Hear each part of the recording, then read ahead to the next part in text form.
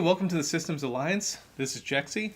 Today I want to talk to you about my review for Avengers Infinity War spoiler review. So if you have not seen the movie, go watch my spoiler-free review, then go watch the movie, then come back and watch the spoiler review, which is this one, and then comment down below. Let me know what you think. So to get into it, the movie is 2 hours and 36 minutes long. For most people, they're like, I can't even sit down that much. But for movie people, for comic book fans, we know these movies have to be long. There's so many characters, they gotta shove in so much stuff. The real question I was asking myself was, what are they gonna cut out? Because there'll be an extended version, I'm sure. And if there's not an extended version, there'll at least be deleted scenes to see what we didn't get in. 2 hours and 36 minutes is kind of actually short for a movie with this many characters.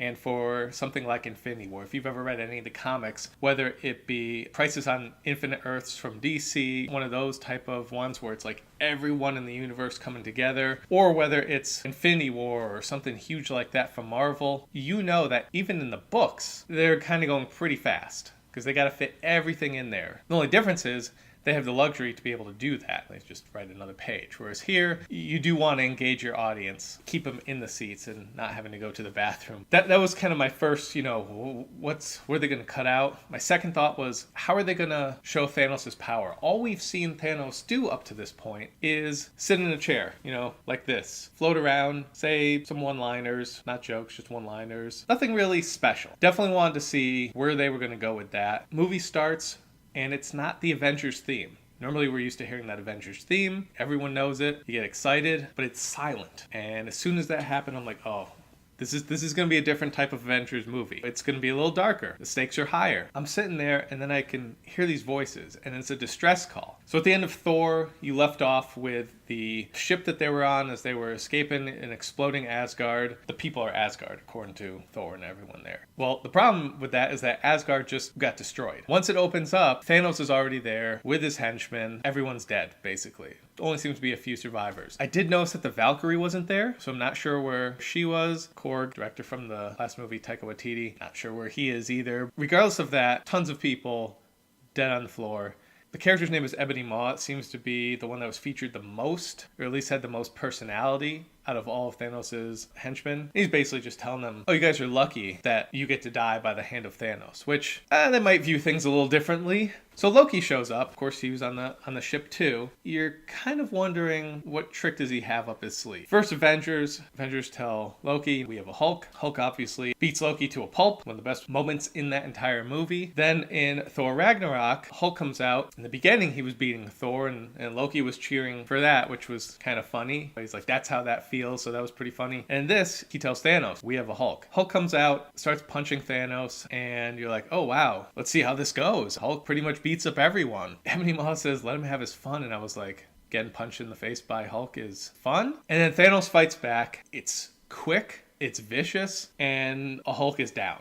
He's not even getting up. He is down. That's how they introduce Thanos. That's how they introduce his power. Like I said before, all he's ever done is sit in a chair and do nothing. So to see him in action, actually fighting, that was awesome. I loved it. There's some parts about Thanos, regardless of what the comics say, how he's portrayed in the MCU, I'm still not quite sure of his strength, his durability. Obviously, with the Infinity Gauntlet, he has basically an infinite amount of power. Is he a glass cannon? Loki tries a move on him. Once again, he tries to go to the bad side, but really he's kidding, and he's trying to stab Thanos in the neck. So when I'm watching superhero stuff, I kind of have two minds about that. If I see a character like Superman or a Darkseid, some crazy powerful character, and someone goes to stab them with a blade or something. For instance, Wonder Woman with Ares. She tries to stab him. Ares puts his hand up. The blade just disintegrates against his hand. To me, that shows, wow, this is a god-level type of character. Weapons don't have effect on them. Thanos stops Loki from stabbing him in the neck with the Infinity Gauntlet.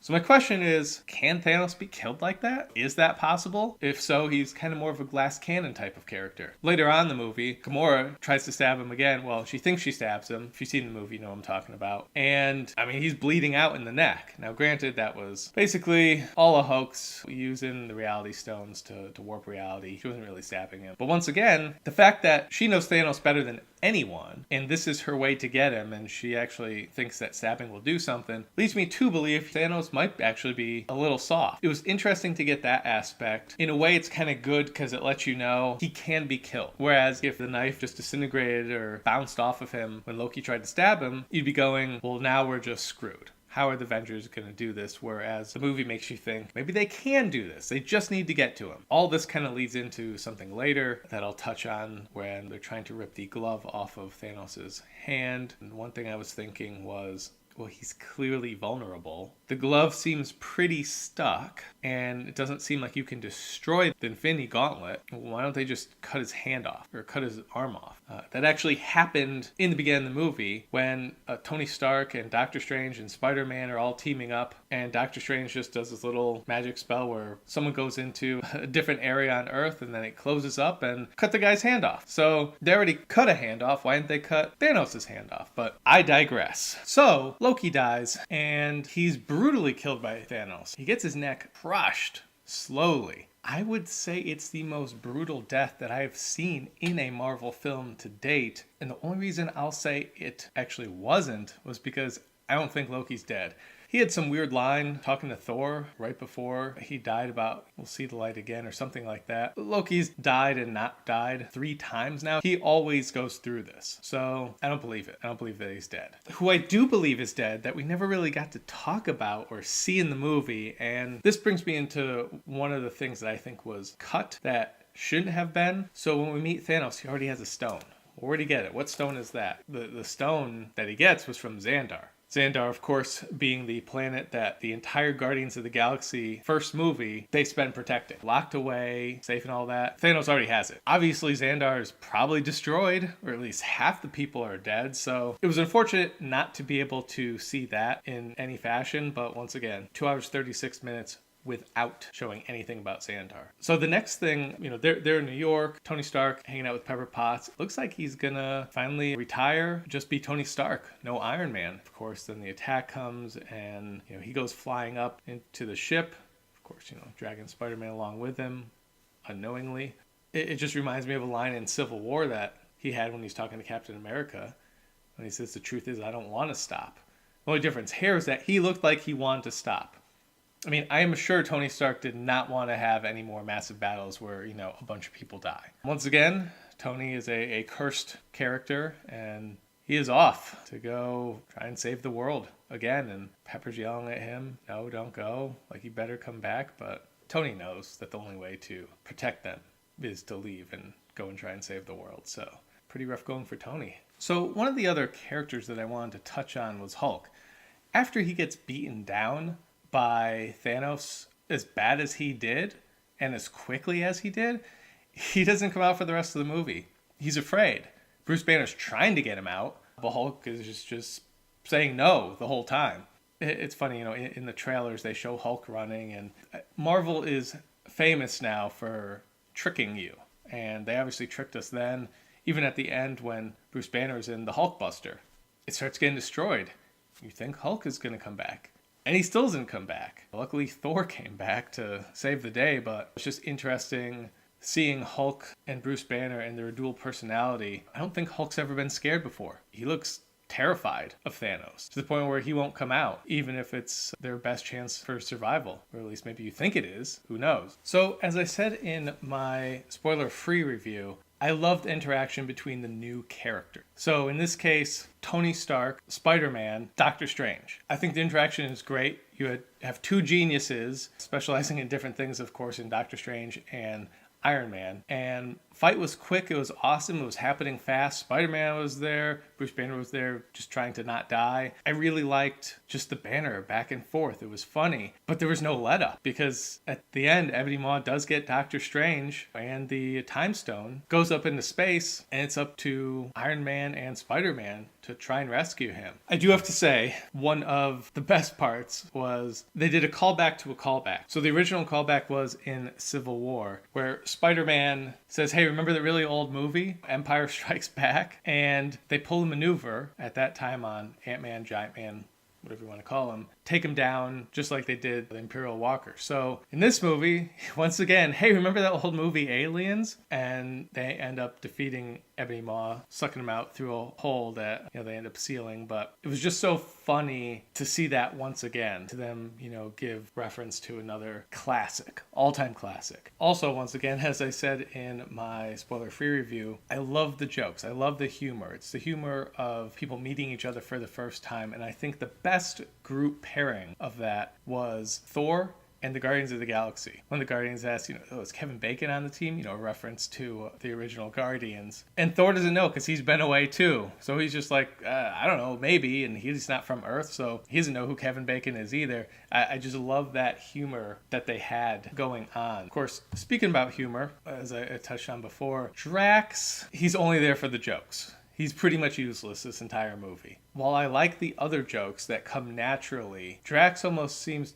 it's not the actor's fault or the character's fault. It's how they wrote him. Kind of how in Thor Ragnarok, love the humor, but there were parts where they went a little bit too far to the point where I felt like they were doing the character a disservice. Thor, he's killing the lines now. He's a very comedic actor. I absolutely love what Hemsworth is able to do with that character. Kind of like a fish out of water type of deal, just how Wonder Woman was, walking around with a sword and shield in the early 1900s, women's clothing store, that kind of deal. Thor just very honest, straight to the point, even though he has no idea that there is a joke that he's saying. I absolutely love that stuff. I just think Drax's part went a little too far. Star-Lord, I do have to say later on, saved the galaxy with a dance contest. And Spider-Man's like, oh, like in Footloose? Yes. Is this still the greatest movie ever made? Spider-Man's like, no, it was never the greatest movie. And the reaction on Star-Lord's face of his disappointment and bewilderment of that. But even still, the movie is going so fast, you don't really have time to get into it. The biggest applause in the theater, of course, was for Captain America. When you see Vision and Scarlet Witch with each other, they're clearly a couple now, but Vision knows, can't let Thanos get his hand on this. You're gonna have to kill me. At that point, there's no way that she can do that to the person she loves. That's actually a little bit of a theme going on here, killing the person you love, which is kind of a sad theme, I guess, when you think about it. Captain America shows up with Black Widow. They are somehow able to take down two of Thanos' henchmen, or at least help Vision escape. So Vision gets stabbed, and he's pretty much useless the rest of the film. Kind of like Bruce Banner, two super powerful characters. Hulk won't come out, so he's useless. Vision gets stabbed, he can't phase through anything anymore. Guy can barely walk, so really seems smart planning, at least on the Invaders' part, to get those guys out of the way. Thanos, common theme about every great villain, whether it be Zod from Man of Steel. They have conviction. They have a backstory. Unlike Steppenwolf of Justice League, unfortunately, who was just, I'm a bad guy and I like to wage war. Going into Thanos' background, his whole planet basically gets overpopulated and dies. The whole planet, everyone dies. He sees this on multiple worlds. So his solution is to wipe out half the universe so everyone can start over. I like this over the comics where he's trying to impress death, which I guess in this case would be like a combination of some characters in Hela, who dies in Thor Ragnarok. I like that he has a different purpose, a more reasonable purpose than just trying to impress someone. That logic is flawed. It assumes that they're not smart enough to colonize other worlds, or it assumes that they're not going to get the technology to be able to colonize other worlds and spread their population out, or the technology to sustainably live on a planet. He could take the Infinity Gauntlet and help them do that, I guess, if he wanted to, but nope. He's just gonna kill everyone, or half of everyone. So I thought that was interesting. Another thing I liked was Red Skull's back. Did not see that coming. He's guarding the Soul Stone, and to get the Soul Stone, you got to give up the thing you love the most. I knew as soon as he said that, Gamora was done. I knew that she was loved by Thanos. They kind of established that in the early going. Thanos shields Gamora from the people being shot and killed. And for whatever reason, maybe it was because he had done so much killing up to that point, he obviously cares for Gamora. There's a lot of good reasons for Gamora to be killed by Thanos. It's just the way she's treating him, acting around him, the things she's saying. Thanos would kill anyone for much less, but not her. She's special for whatever reason. That death scene was tough. Didn't know Thanos could cry, so found that out. That was the end of her. Watching that, definitely felt the strings pull in my heart there. Just the fact that he has to kill not only the person he loves the most, but his daughter. He's doing it, though, to save the universe. Once again, flawed logic, but in his eyes, that's why he's doing it. So at the end of the movie, when Scarlet Witch is trying to save the universe from Thanos, and to do it, she has to destroy the stone in Vision's head, and does it. And he's saying, I love you. It's okay. I mean, that was probably the most emotional part of the entire movie, and Thanos already has the time stone. So, sorry guys, but you are screwed. Vision dies. So he's been stabbed the whole movie. Then he explodes into a million pieces when Scarlet Witch destroys the stone. Then he gets brought back together just to get the stone and half of his head ripped out from him by Thanos. Really rough going movie for the Vision, or for any Vision fans, since he dies about 2.5 times during the movie. Going back to Thanos, he's a very well established villain. I think the best that Marvel has ever had, other than his own flawed logic, which is fine because he believes it. I don't think there was any flaws with him as a character. Obviously, CGI wise, it looks like they made him look a little more human, which is good, and also just made the CGI look better compared to what he was in previous, end scenes and stuff like that. Thanos definitely has gone through a lot in his own life. Not that necessarily you feel for Thanos, but you can understand him. You can empathize with Thanos. And I think that's huge, being able to do that with a villain. That's what makes them great villains. This was definitely Thanos' movie. So I know it says Avengers Infinity War, but even at the end it says Thanos will return instead of, the Avengers will return, or Spider-Man will return, or whoever it is, Thanos will return. Definitely his movie. So if you're a little confused when you're watching it, understand that's his movie. It was also, I would say, Iron Man's movie, Doctor Strange, and Thor. Those were the big ones to me that stood out. There's a scene where Doctor Strange starts not flipping out, but he's going into different time periods with the time stone to try and see how they can possibly defeat Thanos. And he's like, I was just looking at, all the possible futures that, we could have. And it was like 14 million of them. And they go, well, how many did we win? And he goes, 1. At that point, I'm like, oh man, was he going to say like 10, 3? I didn't think the number was going to be so high and that many millions of scenarios he just went through. The fact that he comes back with 1, it's just like, oh wow, well I guess they have to play it perfectly. And really it's interesting because as smart as everyone else is, and Doctor Strange is the one who knows. So at the end, he gives Thanos the stone. Does he do it to save Tony Stark? What are the reasons? Not sure, but he does it knowing it's going to kill him, but knowing that the only way to maybe bring him and everyone else back or defeat Thanos in the future is to give up that stone, even though he said he's going to guard it with his life. That's the number one thing. But I guess after going through all the scenarios, that is the only way to protect the stone. I thought that was definitely interesting. Moving on to Thor, outside of Thanos, I think he's the biggest star, not only with comedy and everything like that. He's really the only one with any sort of power that could even stand up to him. They go off, try to get him his hammer back. The dwarves that mine around this dwarf star, like everyone's dead. And then you see the gauntlet. And it was the dwarves, the ones who made his hammer, Mjolnir, in the first movie. They were able to devise something that can hold on to all the Infinity Stones. And that's Thanos' gauntlet. So these guys are obviously super powerful. And they make the Stormbreaker for Thor. I think this was the first time it made teenager Groot seem like he was doing something. Before, he's just kind of comedic relief, being a moody teenager, which he does really well. The Stormbreaker cannot get put together until they have a handle for it, and they don't have any. Groot basically burns his arm and hands putting it together and then chops off his own arm, and that's the handle to it. I think it was a great moment for Groot to actually come in and save the day. And I do have to say, that weapon is so powerful, so much more powerful than Thor's hammer. I mean, it puts the Infinity Gauntlet to shame. Infinity Gauntlet's giving it everything it has with Thanos behind it to try and destroy Thor's Stormbreaker as it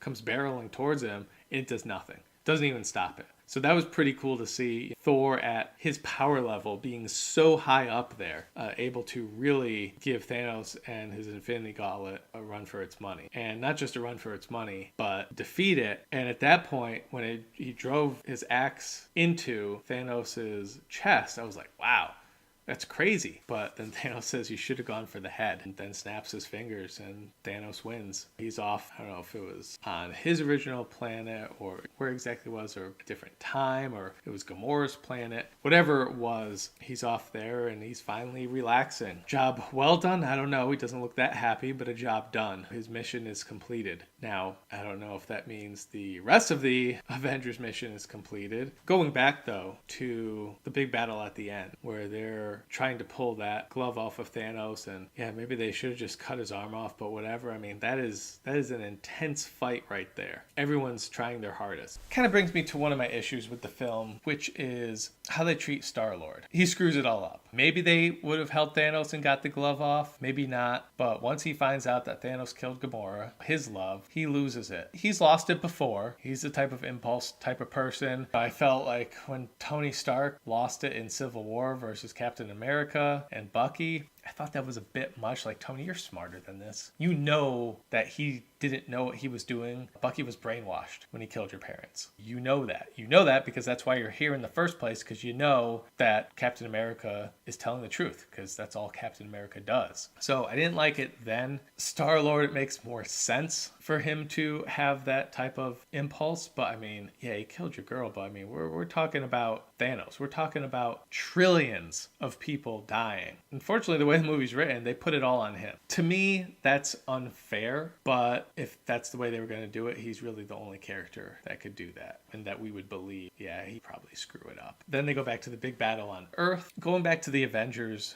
the first movie, I thought that the horde of enemies behind Loki, the Chitauri, were kind of lame. They're cannon fodder and they can't even aim. They have the aim of a stormtrooper. Not very impressive to me. That was one of the things I didn't like about the first Avengers. They seemed to pose zero threat. It seemed like anyone could probably take them out. Then going to the second Avengers, they have the robot army. Once again, super lame. They're tearing them apart like cotton candy. It's lame. These aliens that they're sending to attack Wakanda to try and get through the shield, these guys were scary. It's not like they were super smart or anything. It was actually the fact that they were super dumb, that they had pretty much no intelligence. They're almost like rabid dogs, only scary aliens. The fact that Thanos' henchmen say, oh, we have blood to spare. They don't even care about their own people at all. They're just sending them out there to die, and if enough squeeze through at the same time, then they might actually start breaking through, and that's actually what happens. And it's crazy to watch because they're just getting themselves cut in half and burned and skinned alive and all this other stuff. But then they realize there's so many of them. They're just going to go around the perimeter and do it there, except their army's not there. So really the only way to defeat them is to open the shield. Maybe that wasn't the only way. I mean, they're screwed basically. The army is too big. They're too crazy and rabid. The fighting here is super intense. Everyone's fighting for their lives. Kind of reminds me of Lord of the Rings when Gandalf is yelling, fight for your lives. When he said that, it made me feel like, wow, this is intense. You're literally fighting for not just everyone else's life, but your own life. Right now, it's going down. You better fight like there's no tomorrow, because tomorrow may never come. That's how I felt here, how intense the fighting was on Wakanda. And of course, the whole time, Scarlet Witch is upstairs protecting Vision. And I guess here's another part I didn't quite get. I like that they established that Shuri is smarter than even Bruce Banner and Tony Stark for how they created Vision and everything. I don't mind that. But it almost seemed a little pointless when she didn't get the job done either. Time ran out. There were people at the door. Scarlet Witch had to go fight and she couldn't finish it. There's that. It was interesting when Scarlet Witch comes down, she starts kicking ass. And just to show you how strong she is, she's holding Thanos off and destroying the stone on Vision's head at the same time. She may be second to Thor with that type of power. That was interesting to see. But even still, once Thanos snaps his fingers, it's all over. Going into the movie, it was who's gonna die? Everyone's wondering who's gonna die. People thought Captain America, that scene where he's holding Thanos off. Even during the movie, you weren't quite sure if he was going to die. A lot of people thought Thor. Trailers, he's like crushing his head and Thor already's missing an eye. But that was in the beginning of the movie. I guess Thor's not dying. Iron Man, people talk about Robert Downey Jr.'s contract and everything. Oh, is it going to be up? What's going on? Maybe he dies. Those seem to be the three most common. Come to find out, none of those guys die. But the ones you would not think would die are the ones who end up dying. Spider-Man, his movie just came out. Everyone loved him. And honestly, his death scene was easily easily the saddest. He's grabbing onto Tony. He's like, I'm so sorry, Mr. Stark. I don't want to go. That gets me. That this is a kid who just doesn't want to die, and he's scared. If Tony wasn't scarred enough, now his protege, someone who he thinks of probably kind of like a son, is dead, and Tony's going to put that on him. And once again, Tony's life is rough. Black Panther. He's in the middle of helping someone up, and he dies. And I think that was the first death. That came before Spider-Man. And when that happened, the audience was like, I was too. I was like, whoa, did not see that coming. So as everyone's dying, you know that they're going to come back. I mean, Black Panther just made over $1.3 billion. He's going to have another movie. Don't worry. And I got to say, Marvel movies in general have been pretty bad in terms of stakes. You never feel like you're in danger of losing when you're watching a Marvel movie. Original Avengers. Especially once Hulk beat up Loki. I mean, that army was a joke. I never felt worried. That's actually my least favorite part of the original Avengers is the final battle. I never felt like they were going to lose at any point. Even during those, they shoot a bunch of scenes with every character and it looks like, oh, they're down for the count, they're going to lose. I didn't feel that. I wasn't buying it because I knew that that's not what was going to happen. Avengers Age of Ultron felt like an even bigger joke because those robots were useless and they easily defeat all of them. And once again, not an issue. I would say Black Panther did a great job of showing the stakes because he basically dies in the movie. As close to death as you can get, they have to overcome that. And that's just to get to status quo. Infinity War, I was wondering, am I actually going to feel it? Even though a lot of these heroes that died, like Black Panther and Spider-Man, are coming back. They're not coming back the next movie. Next movie's Ant-Man. I don't think I've seen anything in Ant-Man where they're bringing them back. And at the end of this movie, there is one post-credit scene. Samuel L. Jackson and Nick Fury is in it. At the very end, he basically sends like a text or page or whatever it is that they're using to Captain Marvel, who has not been introduced yet. I know the name's going to confuse people because they think Captain Marvel and they think DC, the guy with the lightning bolt in his chest, wearing the red and the white half cape. He's Shazam now. This is Captain Marvel. Whatever the confusion is, she's not super powerful, but she's going to somehow help them save the day. In the comics, she's like half human, half Xandarian, so maybe she doesn't have a lot to fight for since Thanos wrecked all of Xandar, getting that first stone.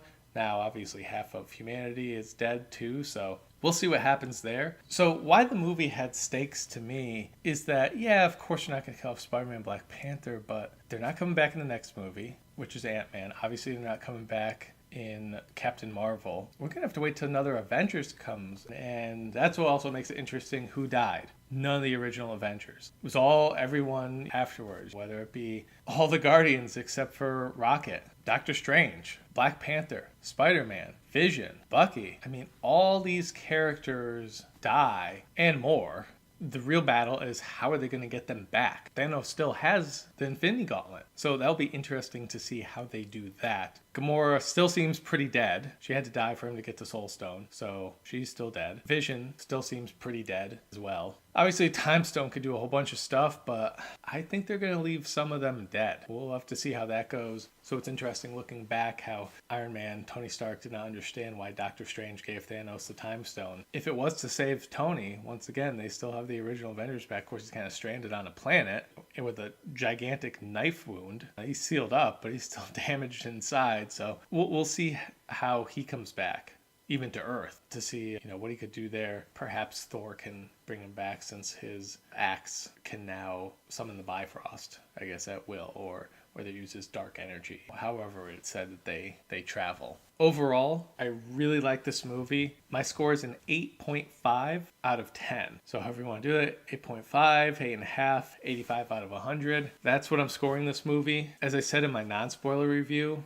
it is definitely more of a continuation type movie. Obviously, all of these Avengers movies and Marvel movies are continuation type movies. They just lead into the next film. But this one is not the end of this film. We need more. And we need more for the real end. The real end being when, hopefully, these heroes end up defeating Thanos. But until then, we're not getting that. It's one thing, to kill a character off and maybe they come back in the very next movie, or they come back within that same movie, which they've done multiple times, which is why the deaths in the Marvel Universe don't seem to hold a lot of weight. But this one, I think, they definitely do. I mean, Vision, like I said, still seems pretty dead. Gamora's dead. And all these other people who died, they're not going to be back anytime soon. So, great movie. I definitely recommend going to see it. You don't have to have seen the previous movies to understand this one. It helps.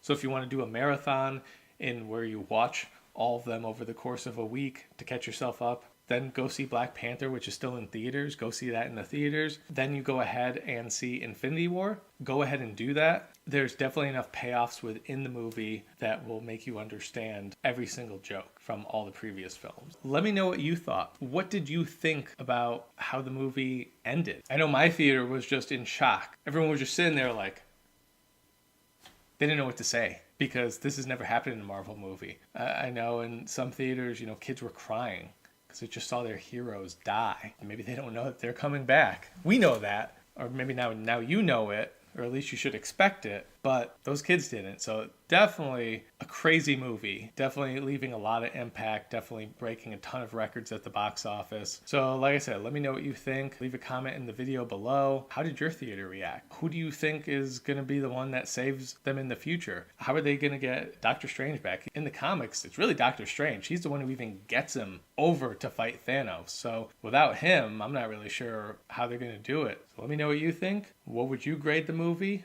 And we'll see you next time.